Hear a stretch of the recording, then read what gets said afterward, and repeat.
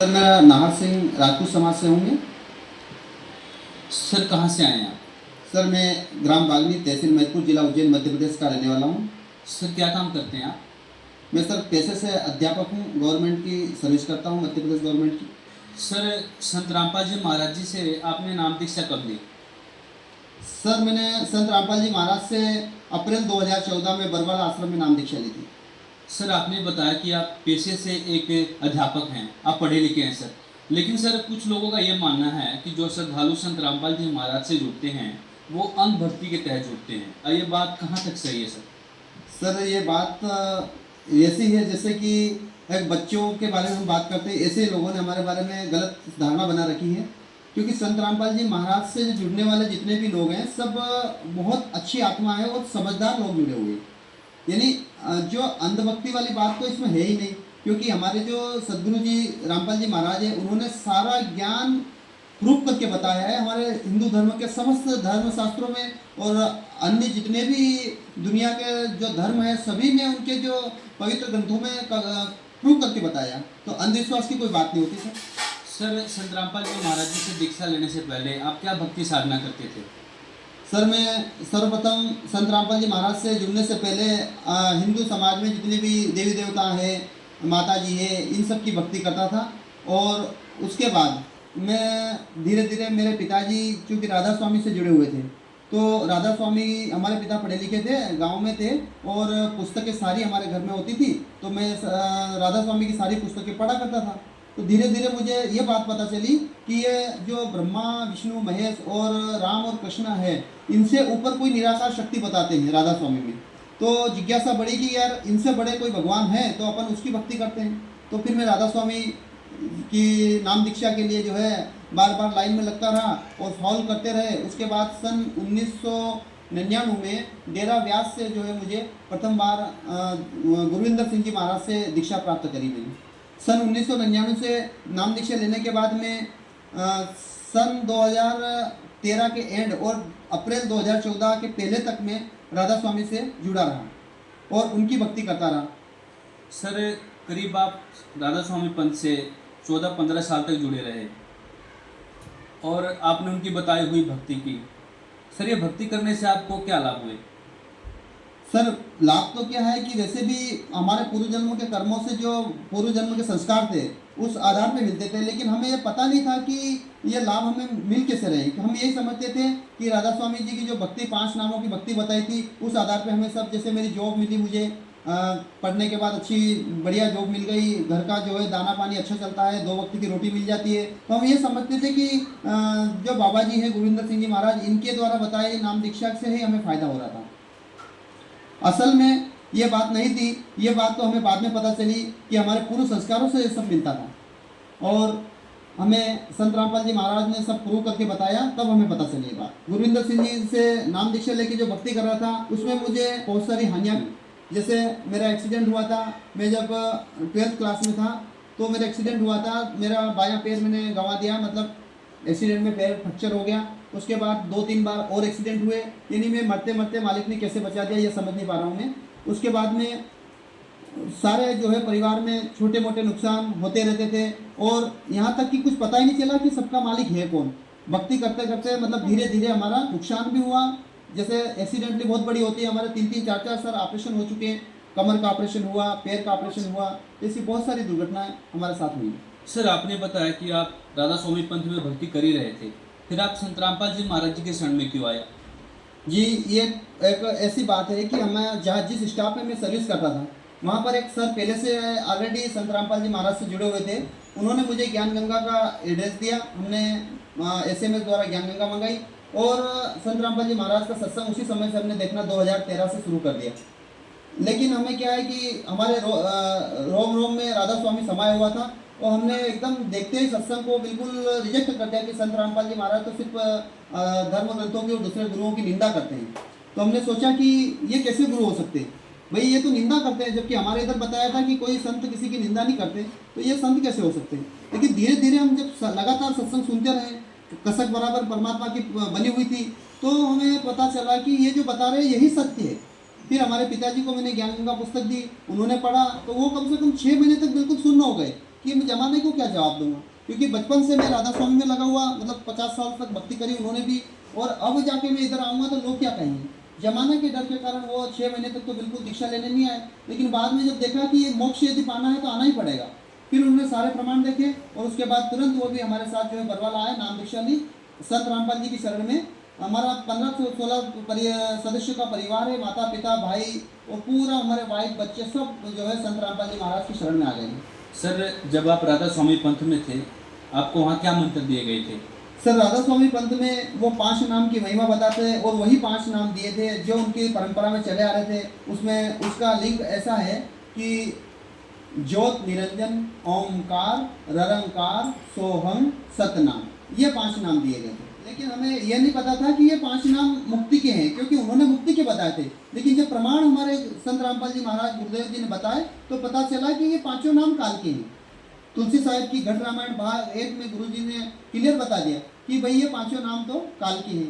तब हमें पता चला और हमारे दिमाग में एकदम ऐसी बात आई कि भाई ये छोड़ना चाहिए जल्दी जल्दी।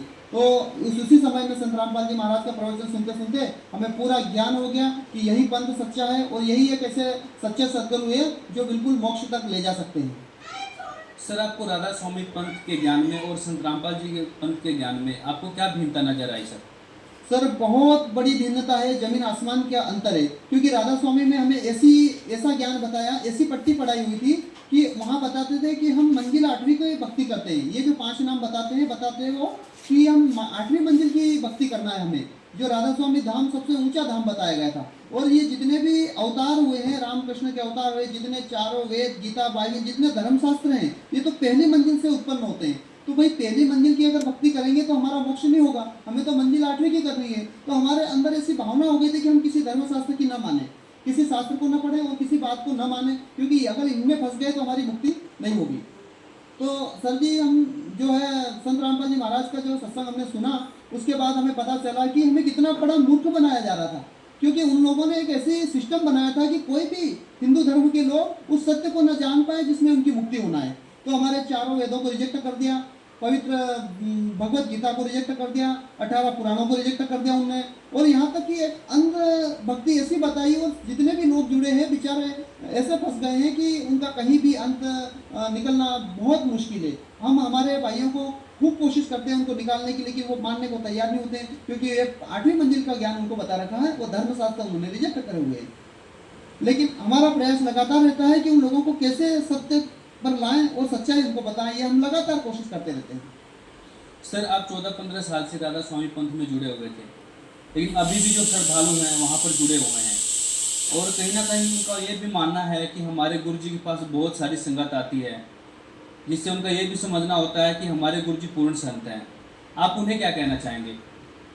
संत रामपाल जी का जो ज्ञान है यह सभी वेद और शास्त्रों से प्रमाणित ज्ञान है, क्योंकि हम जिस पंथ में पहले जुड़े हुए थे राधा स्वामी पंथ में, उसमें तो शास्त्रों से हमें दूर रखा गया था, हमें भटकाया गया था कि उस सच्चाई को हम ग्रहण न कर लें, क्योंकि ये सारे पंथ अब पता चला कि ये काल के चलाए हुए पंथ थे और हम उसमें बुरी तरह से उलझ चुके थे। एक प्रकार का मकड़ जाल हमने बुन रखा था। अब परमात्मा की दया हुई और सभी धर्मशास्त्रों को संत रामपाल जी महाराज का जो भक्ति मार्ग के द्वारा हमने देखा, और वेदों को देखा, पढ़ा, और शास्त्रों को पढ़ा, गीता को पढ़ा और चारों वेदों को देखा। परमात्मा ने बताया कि सच्चा सद्गुरु कौन सा है, क्योंकि हमारे देश तो बिल्कुल धर्मशास्त्रों पर विश्वास करता है और बिल्कुल संतों पर विश्वास करता है, और यहाँ की पब्लिक सभी संतों पर विश्वास करती है। तो हमें ये पहचानना है कि भाई सच्चा संत कौन सा है इसमें, क्योंकि यहाँ तो संतों की कोई कमी नहीं, लाखों की संख्या में करीब संत यहाँ पर नकली बने हुए हैं, जो हमारे जो भगत आत्माओं को भ्रमित किए हुए हैं और उनको जो है नर्क में झोंक रहे हैं। कबीर साहब की एक वाणी है कि सद्गुरु के लक्षण कहूँ मधुरे बेन विनोद, 4 वेद 6 शास्त्र कह 18 बोध। यानी सच्चा सद्गुरु वो होगा जो सभी धर्म शास्त्रों का ज्ञान रखता हो और सभी के साथ समानता का व्यवहार करता हो, चाहे उनके भक्त हो चाहे दूसरे हो, सबके साथ प्रेम का व्यवहार करता हो और सभी धर्म शास्त्रों के अनुसार भक्ति बताए, वही सच्चा सद्गुरु है। तो विश्व में ऐसा कोई गुरु अभी तक हमें नहीं मिला, नहीं देखा हमने। कहीं पर टीवी पे भी बहुत सारे सत्संग आते हैं, सारे जितने भी संत हैं सब एक तरफा कार्रवाई करते हैं, उनका निजी सारा प्रोपेगेंडा चलाते हैं कि ऐसा मालिक ऐसा है, मालिक वैसा है, हालांकि कहीं तक हमारे धर्मशास्त्रों से उनका कोई मैच नहीं होता है। लेकिन संत रामपाल जी महाराज द्वारा जो बताया हुआ सारा ज्ञान जो है धर्मशास्त्रों से पूरा मैच करता है। सर जो श्रद्धालु आपको देख रहे हैं, आप उन्हें क्या संदेश देना चाहेंगे? सर जी, हम संदेश तो क्या देंगे, हम तो हाथ जोड़ के निवेदन करेंगे कि भाई आप पढ़े लिखे हो, आज का युग सभी लोग साक्षर हैं, कोई भी अनपढ़ नहीं है, पूरे विश्व के लोग सब पढ़े लिखे हैं, सभी भाषाओं का ज्ञान रखते हैं, हिंदी जानते हो, इंग्लिश जानते हो और भी देश की विभिन्न भाषाओं को आप जानते हो। तो आप संत रामपाल जी महाराज द्वारा जो सत्संग कार्यक्रम चलाया जा रहा है और अन्य चैनलों पर भी आता है अलग अलग समय में, तो आप इन सत्संग को देखिए और सत्संग के माध्यम से आप खुद डिसिप्लिन कीजिए, मतलब निराकरण आप खुद कीजिए कि आपको करना क्या है, क्योंकि संत रामपाल जी महाराज ने सारे सत्संग वेद शास्त्रों से प्रमाणित बताया है। तो आप उसको आइए, सत्संग सुनिए, ज्ञान गंगा बुक मंगवाइए, पढ़िए उसको। जो सत्संग के समय जो एक पट्टी चलती है, उस पट्टी पर जो है वो नंबर दिए जाते हैं, उन नंबरों को चेक करिए, कांटेक्ट कीजिए और आपको जो है पता चल जाएगा कि बुक हमें कैसे मिलेगी। SMS करिए और बुक को पढ़िए। उसके बाद में आप एक ऐसे संत की शरण में आइए जो समाज सुधार के साथ साथ आपको मोक्ष तक लेके जाएगा, आप अपने सनातन परम धाम को प्राप्त करोगे। सर, संत रामपाल जी महाराज जी से दीक्षा लेने के बाद आपको क्या लाभ हुए? संत रामपाल जी महाराज की जब शरण ग्रहण करी तो उन्होंने हमें ऐसी ऐसी जगह से बचाया जहाँ हमारा बचना मुश्किल ही नहीं, नामुमकिन था। एक बार मैं दास के पास एक ट्रैक्टर था, ट्रैक्टर चला रहा था और मुर्मीकरण का काम चला था रोड का। तो ऐसे हमारी बड़ी ट्रॉली स्पीड से आ रही थी, मैं खुद चला रहा था, ड्राइव कर रहा था। तो पूरा जो इंजन था, ट्रैक्टर पूरा लटक गया और ट्रॉली लगी रोड के ऊपर और कम से कम 10 फीट अंदर गहरी खाई में ट्रैक्टर पूरा लटक गया। और मैं कैसे आया ये मुझे नहीं पता चला। जब आसपास देखने वाले लोग दौड़ते हुए आए, उन्होंने कहा कि यार हम सोचते रह गए कि तू कैसे बाहर कैसे निकल आया, क्योंकि यहाँ तो तुझे अंदर और ऊपर ट्रैक्टर और तू अंदर और ऊपर से ट्रैक्टर गिरना था, लेकिन तू कैसे होशियारी से बाहर आ गया। मैंने कहा कि जी मैंने बिल्कुल होशियारी नहीं करी, पता ही नहीं मैं कैसे बाहर आ गया। और ट्रैक्टर पूरा लटक रहा है, ट्रॉली ऊपर पड़ी हुई है और एकदम मालिक ने मुझे बचा लिया। तो पता चला कि मेरी जो है आयु वहाँ पर समाप्त होने वाली थी, लेकिन संत रामपाल जी के महाराज की दया से मुझे जो है नया जीवन मिला। और ऐसे अनेक प्रकार के छोटे मोटे लाभ हुए। कहीं बिजली का करंट लगता है तो मालिक बचा लेते हैं। अभी की बात बताता हूँ, मैं जो है खेती बाड़ी का काम भी देखता हूँ। तो वहाँ पर जो अभी चने में पानी चल रहा था, तो पानी चल रहा था तो पाइप को जैसे ही मैं उठाने गया तो उंगली में मेरे को जो एक बिच्छू ने, बहुत बड़े वाले बिच्छू ने डंक मारा। तो मैंने देखा कि यार कुछ कांटा लगा है, इतना तेज कांटा। देखा तो कोई कांटा नहीं, मैं पानी में देखा तो बहुत इतना लंबा, कम से कम 4-5 इंच लंबा बिच्छू, काला बिच्छू बिल्कुल रखा था। और उस बिच्छू ने बिल्कुल डंक मारा और ऐसा डंक 2-3 मारे उसने। तो डंक लगते ही मेरे खून की जो है ब्लडिंग चालू हो गई।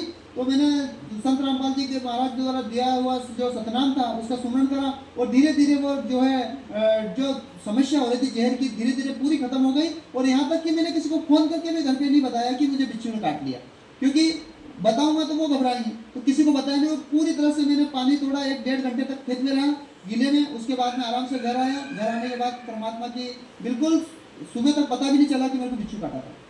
तो ऐसे हमारे परिवार में छोटे मोटे बहुत सारे चमत्कार हुए। कई बार तो मालिक ने बहुत बड़ी दया कर दी। दास की तिजोरी में पैसे नहीं होते थे और कभी अचानक कोई काम आ जाता, जाके देखते थे तो पैसे भी हमें अचानक वहाँ से 10-10, 20-20 हज़ार रुपये परमात्मा की दया से मिल जाते थे। तो मालिक की सेवा में उसको खर्च करते थे, क्योंकि मालिक के दिए हुए पैसे हमें पता है कि हमारा नहीं था वो, क्योंकि हमारी तिजोरी में कितना पैसा है हमें पता होता है। और आज हम संत रामपाल जी महाराज की शरण में आने के बाद पूरी तरह से खुशहाल हैं और जीवन का लक्ष्य क्या है, लक्ष्य हमें पता चला है और पूरी तरह से स्वस्थ हैं और पूरा परिवार परमात्मा की भक्ति करता है। धन्यवाद सर। सत साहेब।